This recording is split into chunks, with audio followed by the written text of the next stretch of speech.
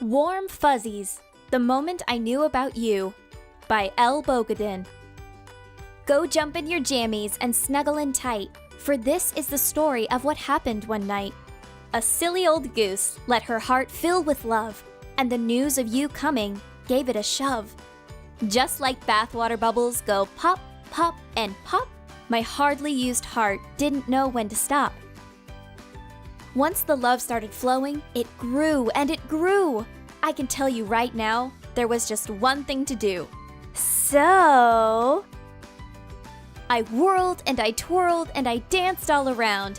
Then I started to sing and jump up and down. What I have to say next is a bit hard to swallow. I was a grumpy old goose and let my heart become hollow. I found this out fast, and I know you'll agree.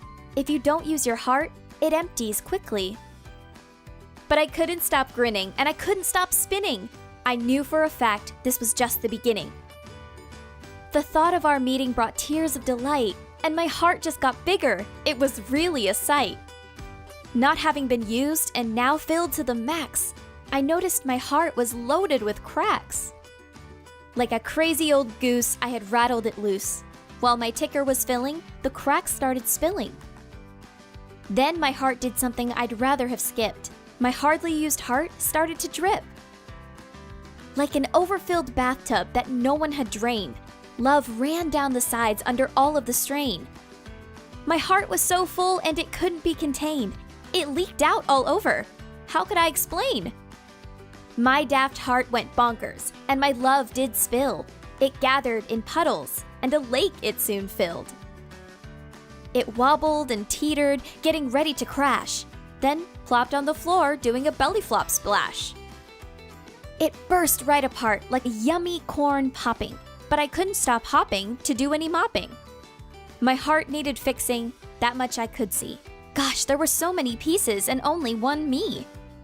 I knew that for you, I just had to try. But where should I start? I thought with a sigh. Finding a patch was the first thing to do, but where on this earth would I find that much glue?